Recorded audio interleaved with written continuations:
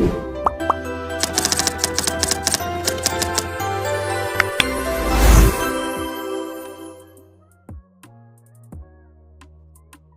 semuanya, pernah nggak sih kalian lihat perusahaan yang stoknya banyak banget? Tapi anehnya pas permintaan tinggi malah kehabisan barang.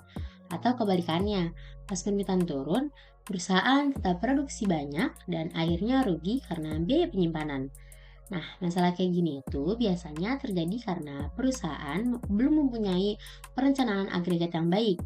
Jadi, di video ini aku bakal jelasin apa itu perencanaan agregat dalam SCM, tujuan dan manfaatnya, dan yang paling penting, 3 strategi utama perencanaan agregat. Dan contoh kasusnya biar mudah dipahami. Apa itu perencanaan agregat? Kita bahas definisinya terlebih dahulu. Perencanaan agregat adalah pendekatan sistematis untuk mengendalikan tingkat persediaan dan merencanakan proses pengadaan. Jadi, perusahaan itu mulai dari mengidentifikasi permintaan pasar, memilih pemasok, sampai menentukan kapan membuat PO atau pesanan pembelian. Kalau disederhanakan, perencanaan agregat itu semacam rencana jangka menengah yang membantu perusahaan menentukan berapa banyak produk yang harus dibuat, tenaga kerja perlu ditambah atau tidak, apakah perlu lembur atau outsourcing, dan seberapa banyak stok yang harus disimpan.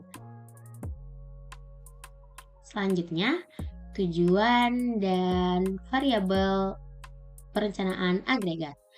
Tujuan dari perencanaan agregat itu pada dasarnya ada 3. Yang pertama itu ada menyelaraskan supply dan demand. Yang kedua ada meminimalkan total biaya, termasuk biaya produksi, inventory, tenaga kerja, back order, dan outsourcing. Dan yang terakhir itu untuk menjaga stabilitas operasi perusahaan dan memastikan pelayanan pelanggan tetap baik. Nah, untuk mencapai tujuan itu semua, perusahaan harus mempertimbangkan variabel yang penting seperti tingkat produksi per periode, kapasitas tenaga kerja, inventory antar periode, backlog atau pesanan tertunda, serta outsourcing atau subkontrak. Selanjutnya, ada 3 strategi utama dalam perencanaan agregat. Yang pertama itu ada cash strategi. Strategi atau produksi mengikuti permintaan adalah perusahaan menyesuaikan produksi dan tenaga kerja sesuai dengan perubahan permintaan. Misalnya, pas permintaan lagi naik, perusahaan itu bisa menambah tenaga kerja atau lembur. Tapi kalau permintaan lagi turun, tenaga kerjanya itu bisa dikurangi. Lalu yang kedua itu ada level strategi atau produksi yang stabil. Level strategi berarti perusahaan menjaga produksi dan tenaga kerja tetap konstan walaupun demand-nya berubah-ubah. Saat demand-nya turun, barang disimpan menjadi inventory. Saat demand naik, perusahaan memakai inventory untuk memenuhi permintaan. Lalu yang terakhir itu atau yang ketiga ada hybrid strategi atau gabungan.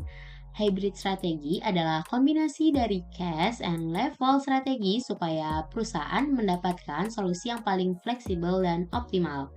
Biasanya, perusahaan itu menjaga produksi cukup stabil, tapi saat demand naik bisa menambah lembur, tenaga kerja musiman, atau outsourcing.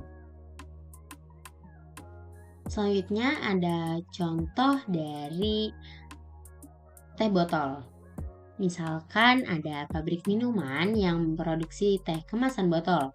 Masalahnya itu permintaannya itu naik drastis pas musim panas karena banyak orang yang minum dingin, tapi turun saat musim hujan. Nah, perusahaan itu bisa memilih dari strategi-strategi yang tadi disebutin. Misalkan kalau misalkan pakai strategi level itu, pabrik itu produksi tetap setiap bulan, tapi saat musim hujan, stok berlebihnya itu bisa disimpan sebagai persediaan.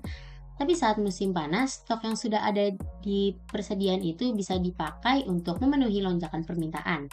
Kalau memakai cash strategi, saat musim panas, pabrik menambah pekerja musiman dan lembur agar produksinya itu mengikuti lonjakan permintaan. Tapi saat musim hujan, pekerjanya itu bisa dikurangi. Lalu kalau pakai hybrid strategi itu, produksinya itu dijaga stabil, tapi saat musim panas, perusahaan menggunakan lembur dan outsourcing sebagian ke pabrik lain untuk menutup kekurangan. Nah, dari sini terlihat bahwa strategi yang dipilih itu tergantung dari kondisi perusahaan. Apakah perusahaan itu mempunyai gudang yang besar, apakah perusahaan tersebut mempunyai tenaga kerja yang fleksibel, dan apakah perusahaan tersebut itu biaya outsourcingnya itu lebih murah daripada menyimpan stok. Jadi kesimpulannya, perencanaan agregat adalah cara perusahaan menyeimbangkan demand dengan kapasitas produksi supaya biaya lebih efisien dan operasi lebih stabil. Strateginya bisa cash strategi, yaitu mengikuti demand, level strategi, produksinya stabil, ataupun hybrid strategi, gabungan dari cash and level strategi supaya mendapatkan solusi yang fleksibel.